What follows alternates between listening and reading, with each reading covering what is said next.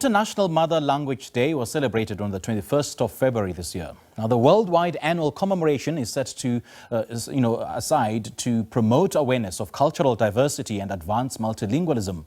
Marking its 25th anniversary, UNESCO reiterates its commitment to preservation and protection of all languages. Now, this morning, we chat to celebrated South African author, playwright and performer Gcina Mhlophe. She has made a significant impact in the literary and entertainment industries, as well as promoting the importance of knowing our mother tongues. She joins us now virtually. Ma'am Gcina, a very good morning to you. Thank you so much for joining us. Good to see you. Welcome to Morning Live. Good morning. Good morning. Thanks for having me. It's an absolute pleasure, ma'am. Now, for so many people, their native language is an important part of their identity. In your own opinion, how do you think we can go back to the basics of, teaching young people the importance of knowing their mother tongue? Ngiyabonga. Oh, I think we have to go back to the basics indeed. Let's speak our languages ourselves. Young people watch us and they wonder why we don't speak our languages. So it's up to us to speak those languages and to take pride in them. If we don't take pride, why would young people want to speak these languages and know that they are valuable?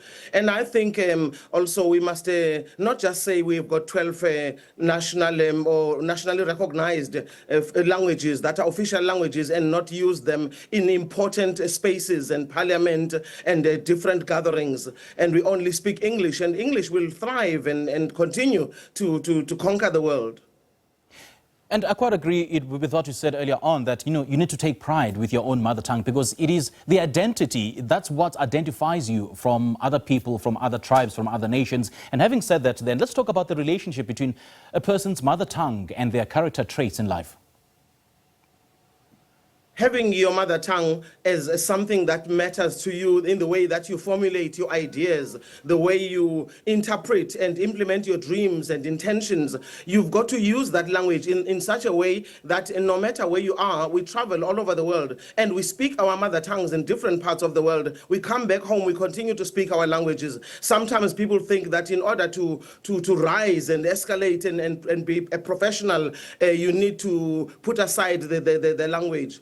I think if we teach other people who don't speak our mother tongue certain ways of communicating in our own mother tongues, we are sharing something that is deeply ourselves, that sense of identity. And I think also when we say we are celebrating International Mother Tongue Day, it's good to celebrate International Mother Tongue Day, but let every day be the day when we speak our language. And we are capable. I mean, we are South African, hello. Hardly any Black South African speaks only one language. We speak different languages, and we need to escalate that, and we need to say it again, even in the social media platforms and all of that. Let's continue using our mother tongues in such a way that they feel a sense of balance. And for someone who works with young people and advocating for storytelling in our mother tongues, what's that one thing, Gcina, that you see young people lack in priding themselves with knowing vernacular? I mean, how do we then eliminate that negative stigma associated with not speaking and communicating in our natal language?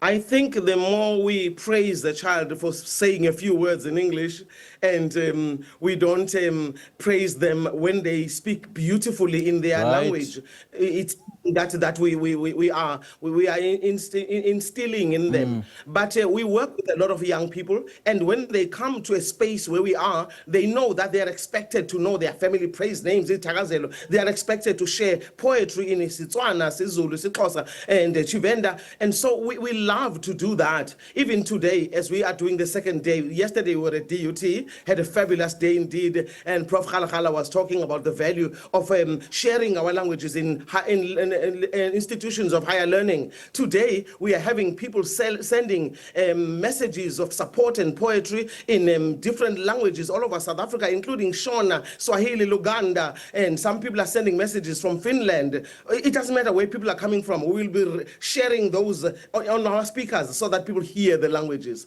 We shall hear the music, different cultures. So we need to just go for it. And my audience is not just young people. I work with 3 to 93. I'll always reiterate that. I tell stories, I read books, I write books for children of all ages. And telling stories and writing books for people of all ages, how do you balance authenticity and accessibility when writing in the less widely spoken languages? I think we need to speak to booksellers. Because often people want a book for their family, they want to read it to this generation and that generation, and our books in African languages are nowhere to be found. So booksellers are not interested in promoting our books. Some people have to drive to great lengths to particular spaces, or even to our home office here at Gcina Mhlophe. They drive from Port Shepstone, they want a book. They drive from Emandeni, they want a book in an African language. That should not be the case. Yeah. Bookshops should meet us halfway. And how can cultural policies or educational systems better support the use of mother language in the arts? The use of mother language in the arts or in the curriculum. I think we can do both. We need to just keep on doing that balancing act. As you find that when you are teaching a young person something in a particular language because it's better in that manner, you need to also find a way to answer questions of those who did not understand fully that English that is spoken. And English is a language that's got no logic. We just have to learn it. We don't have a choice. But we need to find a way also when we are sending out important information or putting down some bylaws and what, we need to make sure that they are translatable in our languages. There are certain expressions that are not sayable in Setswana, that are not sayable in isiXhosa. Why is that? Why not in Xitsonga? So we need to find a way of saying these things regularly on television, on radio, and say this is what's going on right now. It continues to be like this. But if you said it in your mother tongue and the country is crawling with native speakers, hello, let's use them.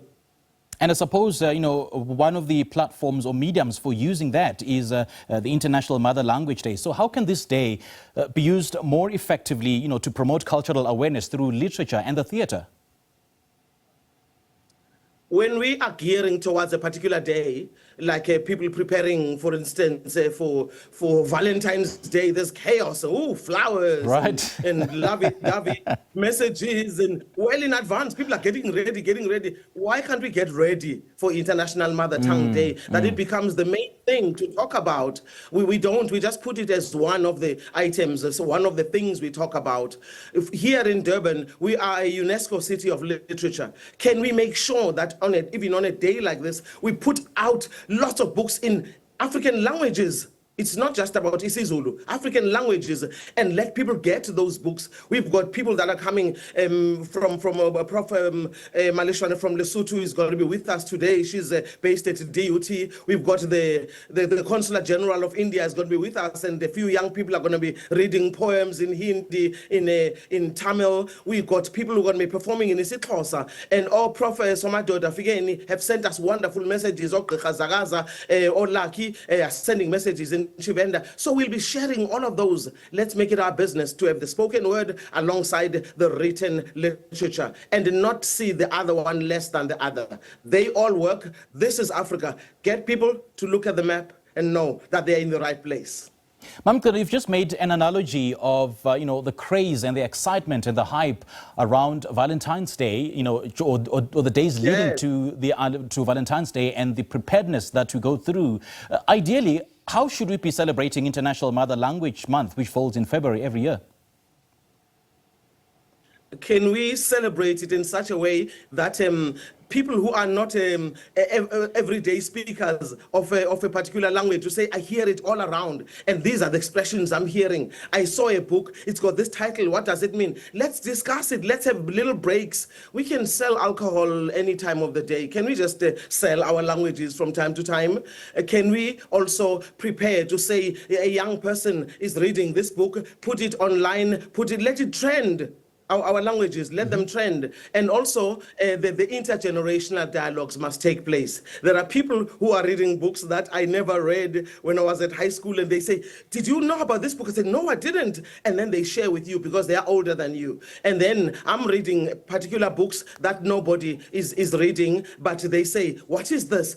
And they are translated into different languages, by the way. So let's make it possible for people to know that this book that you love is also available in this language and that language. It's extremely important. It's up to us to make it happen. All right, Mamka, it's always a pleasure chatting to you. Thank you so much for joining us this morning. Ngiyabonga, ngiyabonga. I hope the people are going to be with us at the Bluff Showgrounds. Oh my God, almost everybody is RSVPing. We're going to have a fabulous time in Durban. It is hot, sky blues, and mother tongue is the order of the day. Indeed. Thank you so much. Well, International Mother Language Day is a day to celebrate, promote, and protect all the languages of the world. We just spoke to author, playwright, and performer Gcina Mhlophe.